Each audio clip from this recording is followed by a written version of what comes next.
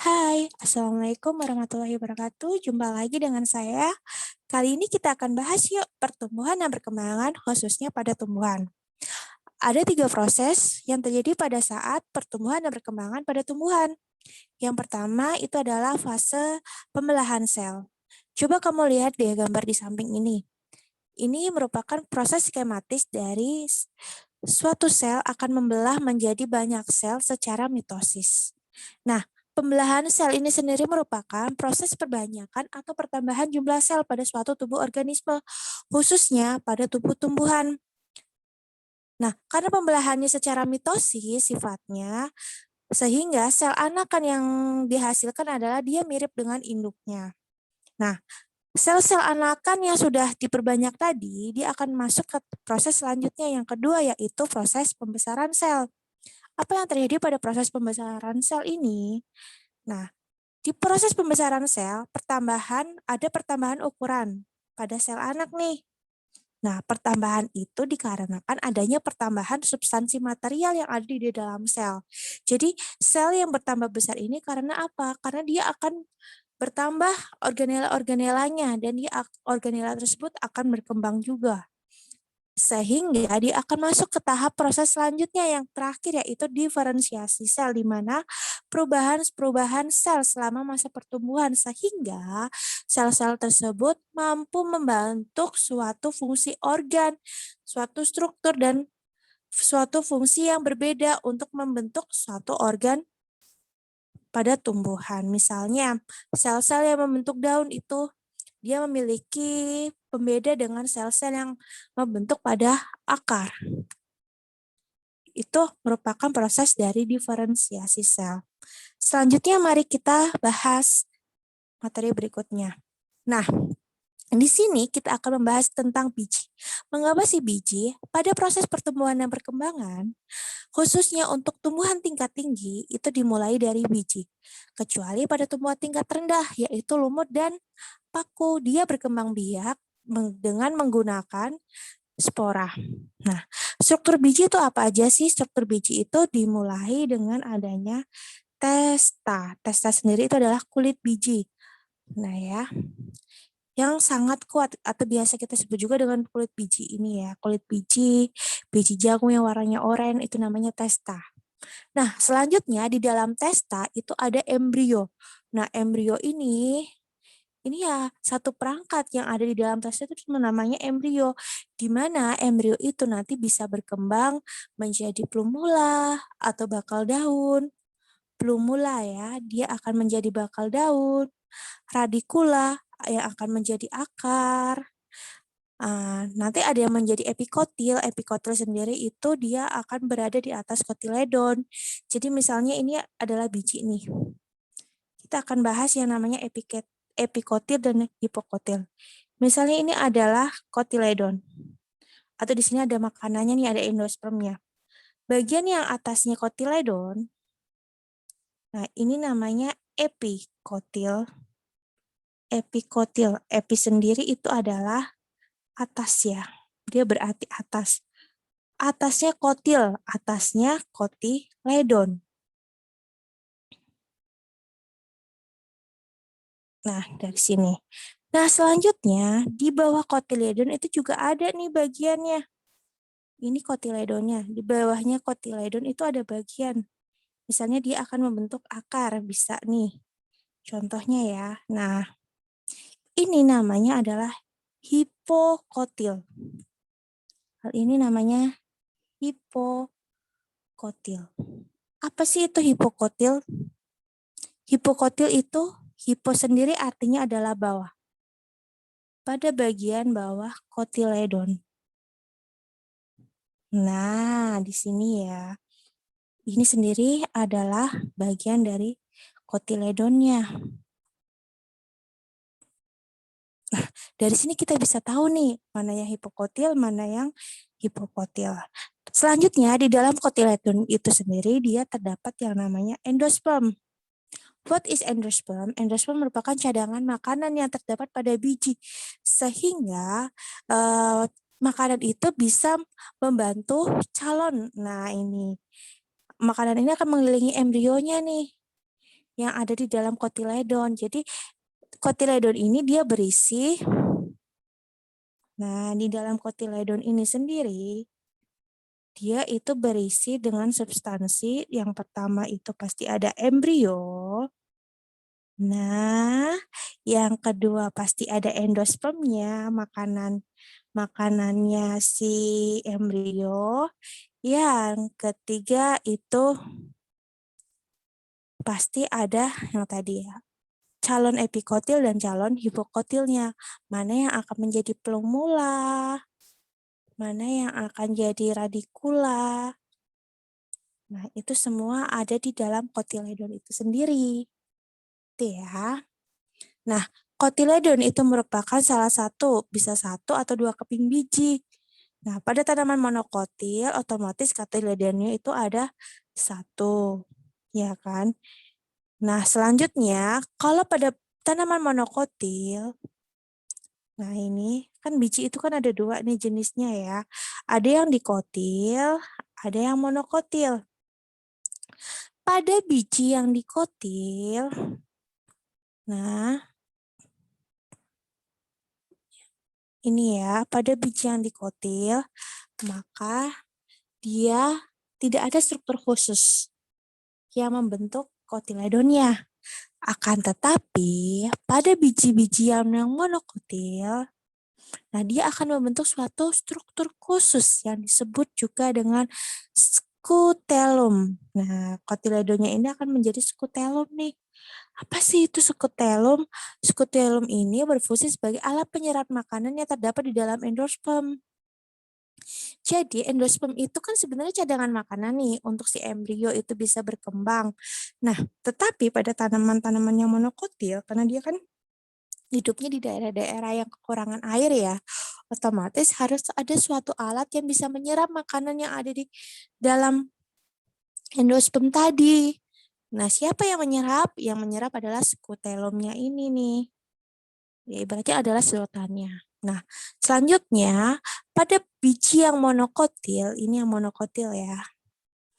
Ini biji yang monokotil ini dia memiliki koleoptil. Koleoptil itu ibaratnya adalah kelopak calon daunnya. Berarti kelopak yang melindungi radikula. Radikula.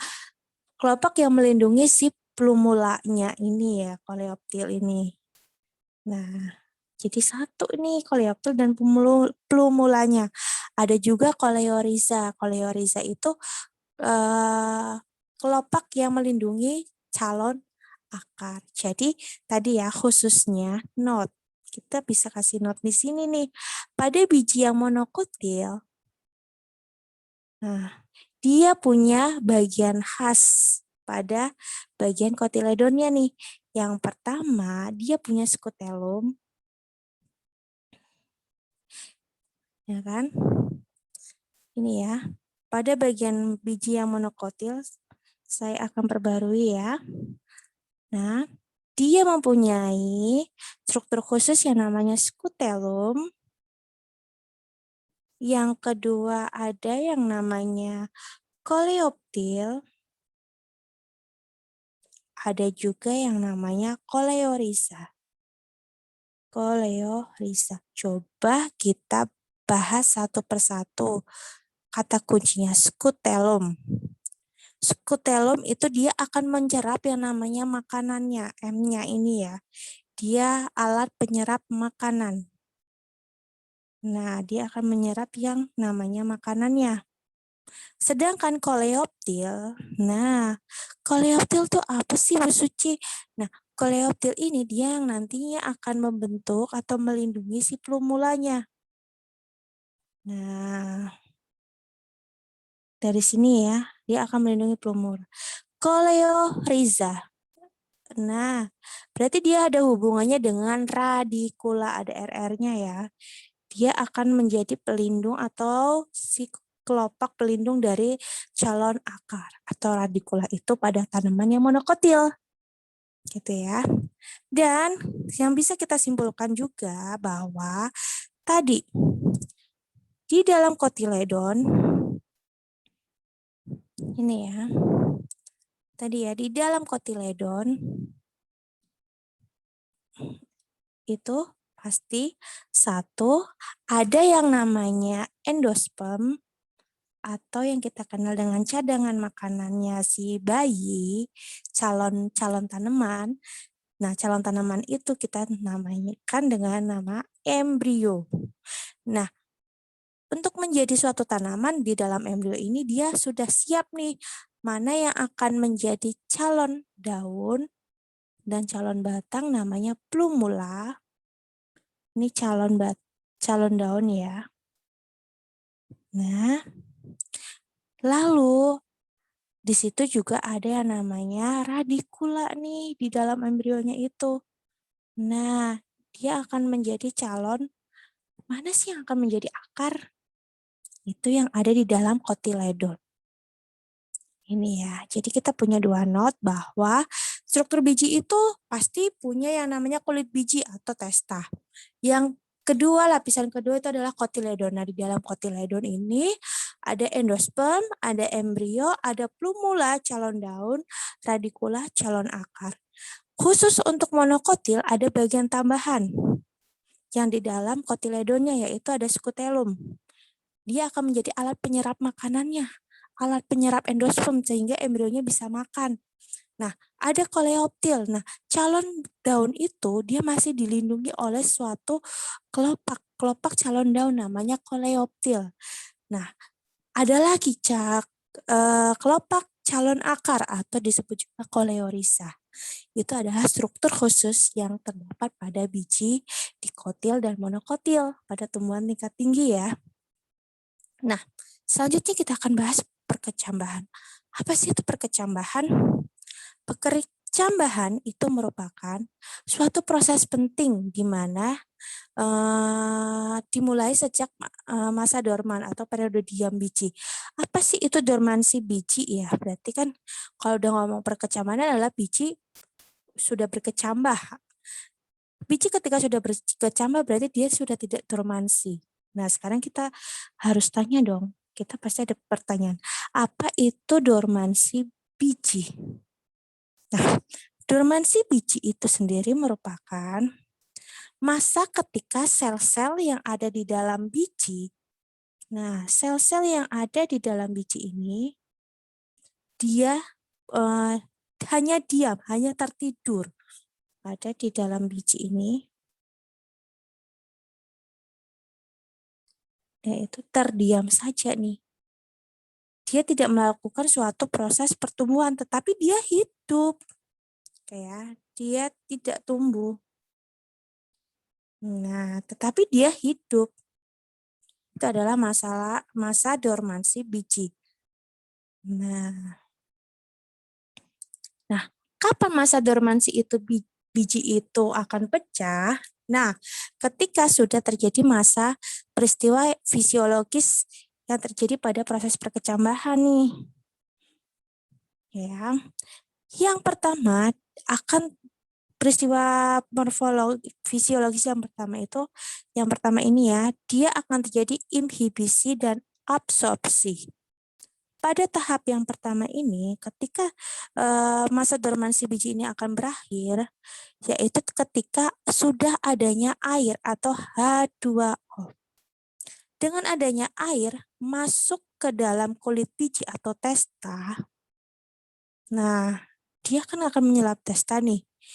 Nah, dengan adanya testa, nah air masuk ke testa, dia akan mengikis yang namanya aleuron. Nah, jadi H2O yang masuk ke testanya si kulit biji, dia akan menjadi sinyal buat hormon giberelin, hormon GA atau saya tulis ini giberelin, itu giberelin ya, dia menjadi aktif. Aktifnya hormon GA atau giberelin ini dia akan menjadikan si aleuron atau selaput pembungkusnya endosperm itu menjadi lebih tipis. Nah, karena si aleuron menjadi tipis, dia akan mengeluarkan yang namanya enzim pemecah makanan. Nah, contohnya seperti enzim amilase, ada enzim peptidase. Nah, akan mengeluarkan enzim-enzim ini. Kalau tidak ada air, hormon giberelin tidak akan aktif. Hormon giberelin tidak akan aktif, aleuron itu tidak bisa mengeluarkan enzim amilase. Syaratnya apa agar hormon giberelin ini aktif pada biji? Oleh karena itu, bijinya itu biasanya direndam. Atau tujuannya perendaman adalah untuk melakukan proses inhibisi dan absorpsi air. Gitu ya. Nah, enzim-enzim ini nanti yang akan menghidrolisis zat-zat makanan yang ada di dalam endosperm. Hidrolisis si zat makanan. Nah, zat makanannya ini yang ada di dalam endosperm. Nah, langkah yang kedua itu adalah proses hidrasi jaringan. Apa yang terjadi pada proses hidrasi jaringan? Nah, ketika terjadi proses hidrasi jaringan, enzim-enzim tadi yang sudah memecah menjadi biokatalisator ya, mempercepat metabolisme biji, otomatis dia akan membentuk nih, dia akan tumbuh, berkembang, akan membentuk yang namanya jaringan-jaringan baru. Dia butuh apa sih? Dia akan butuh yang namanya jaringan untuk membentuk tadi ya. Ada plumula, caronnya si daun. Dia akan membentuk yang namanya siapa lagi? Radikula, calonnya si akar. Ini makanya tadi enzim yang sudah menghidrolisis zat makanan tadi, dia akan menjadikan energi dan mengaktifasi, menghidrasi jaringan-jaringan yang akan membentuk ini nih, plumula dan radikula. Adanya plumula dan radikula otomatis kita perlu adanya absorpsi oksigen. Nah, oksigen ini nantinya akan menjadi salah satu energi untuk membentuk yang namanya plumula dan radikula. Nah, habis itu akan pengaktifan enzim-enzim pencernaan nih yang tadi ya. Nah, transfer molekul terhidrolisis ke sumbu embrio. Sumbu-sumbu embrio itu akhirnya karena sudah ada air, plumula tumbuh. Ya kan? Radikula tumbuh di sini. Plumula dan radikula tumbuh, plumulanya akan menjadi calon daun kan. Terjadi proses respirasi nih. Ketika plumula sudah jadi daun, plumula menjadi daun, maka daun ini dia akan berfotosintesis, sudah mulai berfotosintesis.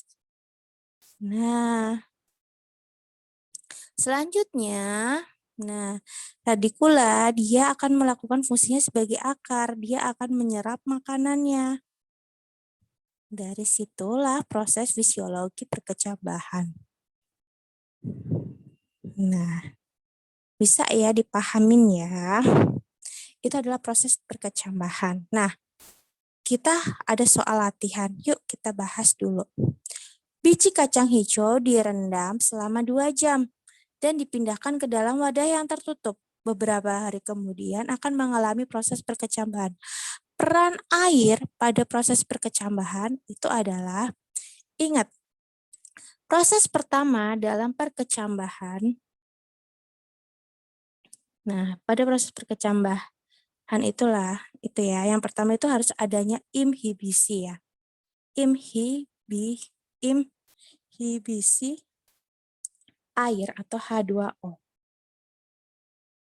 Nah, adanya inhibisi ini dia akan mengaktifasi yang namanya hormon GA atau giberelin. Nah, adanya hormon GA atau giberelin dia akan membuat atau akan mengaktifasi si enzim-enzim pencernaan nih. Nah, enzim-enzim pencernaan. Nah, untuk apa? Dia untuk mampu menjadi biokatalisator Sehingga terjadi proses yang namanya pemecahan zat-zat makanan. Pemecahan zat makanan melalui enzim hidrolisis. Enzim hidrolisis. Nah, dari sini kita bisa menyimpulkan bahwasanya tadi ya, adanya air dia akan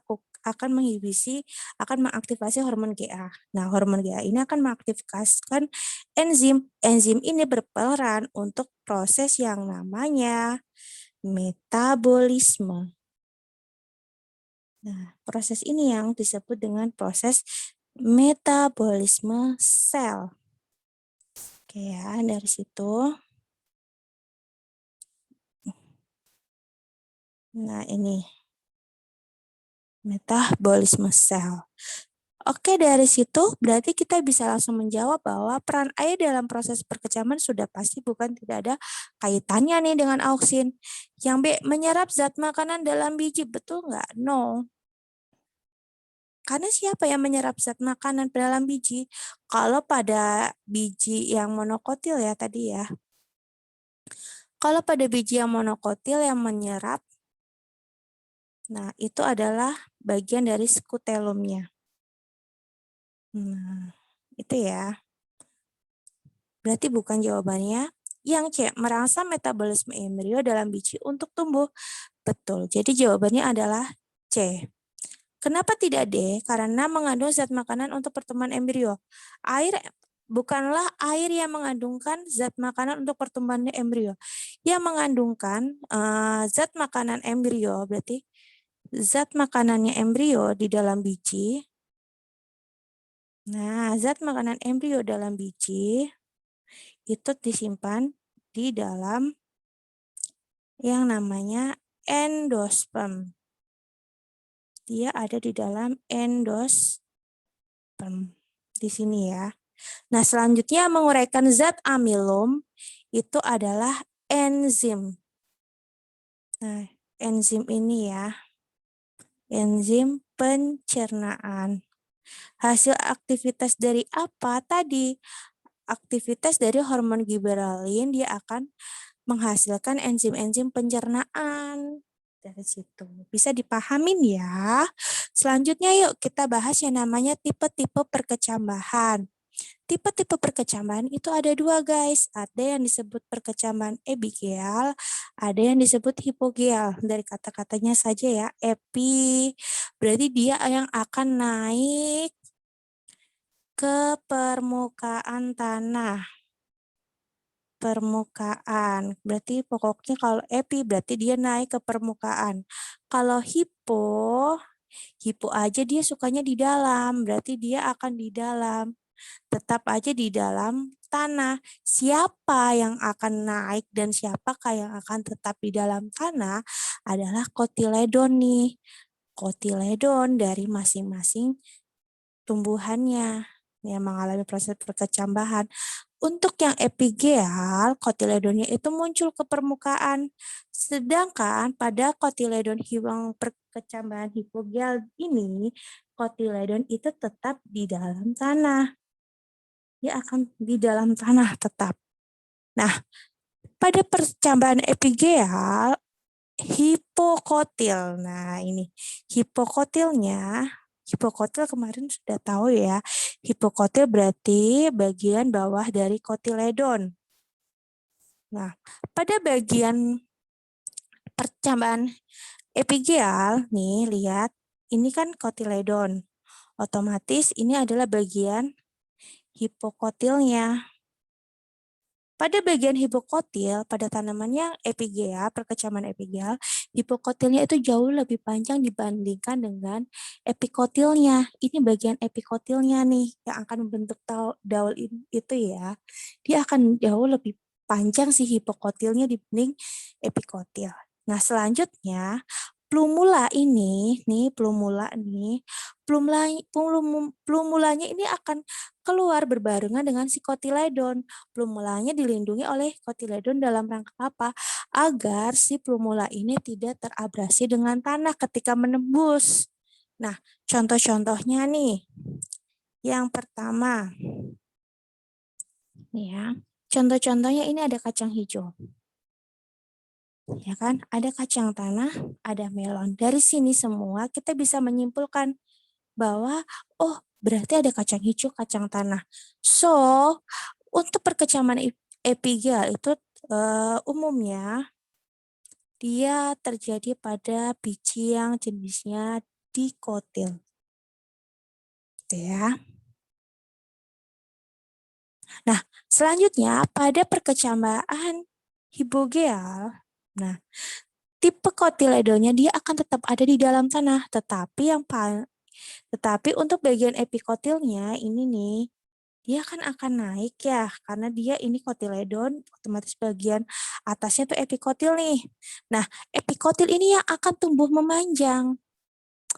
Nah, kalau tadi epigial hipokotilnya yang memanjang, kalau yang hipokial kebalikannya epikotilnya lah yang memanjang. Sehingga plumula ini akan menembus tanah sendiri. Si kotiledonya tetap di dalam tanah nih. Plumula keluar menembus kulit biji dan tumbuh menembus tanah keluar permukaan. Contohnya ada kacang kapri, padi, jagung. Nah, dari ketiga contoh ini sendiri berarti kita bisa menyimpulkan bahwa umumnya perkecaman hipokial ini terjadi pada biji-biji yang di golongan monokotil. Nah, dari sini mari kita ke pembahasan selanjutnya. Ada soal latihan, ada 2 soal latihan. Yuk mari kita bahas satu persatu. Di bawah ini, jenis tumbuhan dengan kotiledon yang tetap berada di dalam tanah. Kotiledonnya tetap di dalam tanah, di dalam berarti hipo. Ini termasuk perkecambahan yang hipogeal. Ya. Perkecambahan hipogeal berarti mean kalau kita ngomongin hipogeal plastik, biji apa aja tuh? Biji yang jenisnya monokotil. Dia adalah biji yang monokotil.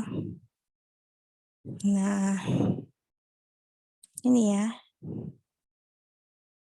Nah, biji-biji yang monokotil itu sudah pasti padi iya, kacang tanah bukan, bunga matahari bukan, monokotil. Bunga lili iya, bunga mataharinya bukan, kacang tanahnya bukan. Bunga lili bunga mataharinya bukan. Bunga anggrek betul, kacang tanahnya enggak. Berarti jagung, bunga lili, dan bunga anggrek. Jawabannya adalah yang gitu ya nak ya. Nah, dari sini. Selanjutnya, untuk yang kedua, salah satu tumbuhan memiliki ciri-ciri kelopak 3. Kelopaknya 3 dan daunnya berwarna kuning. Nah, kalau kelopaknya berkelipatan 3, 5, pokoknya yang ganjil, it mean berarti dia jenis bijinya adalah biji yang monokotil. Kalau biji yang monokotil berarti tipe perkecambahannya adalah hipogeal. Yang dimana kotiledonia tetap di dalam tanah.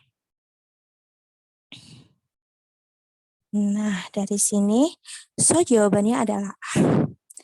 Sekian pembahasan kita mengenai perkecambahan pada tumbuhan ya. Saya rasa cukup. Apabila ada kesalahan dan ada kekurangan penjelasan dari saya, mohon sertakan komentar ya. Saya berterima kasih atas perhatian kalian. Wassalamualaikum warahmatullahi wabarakatuh.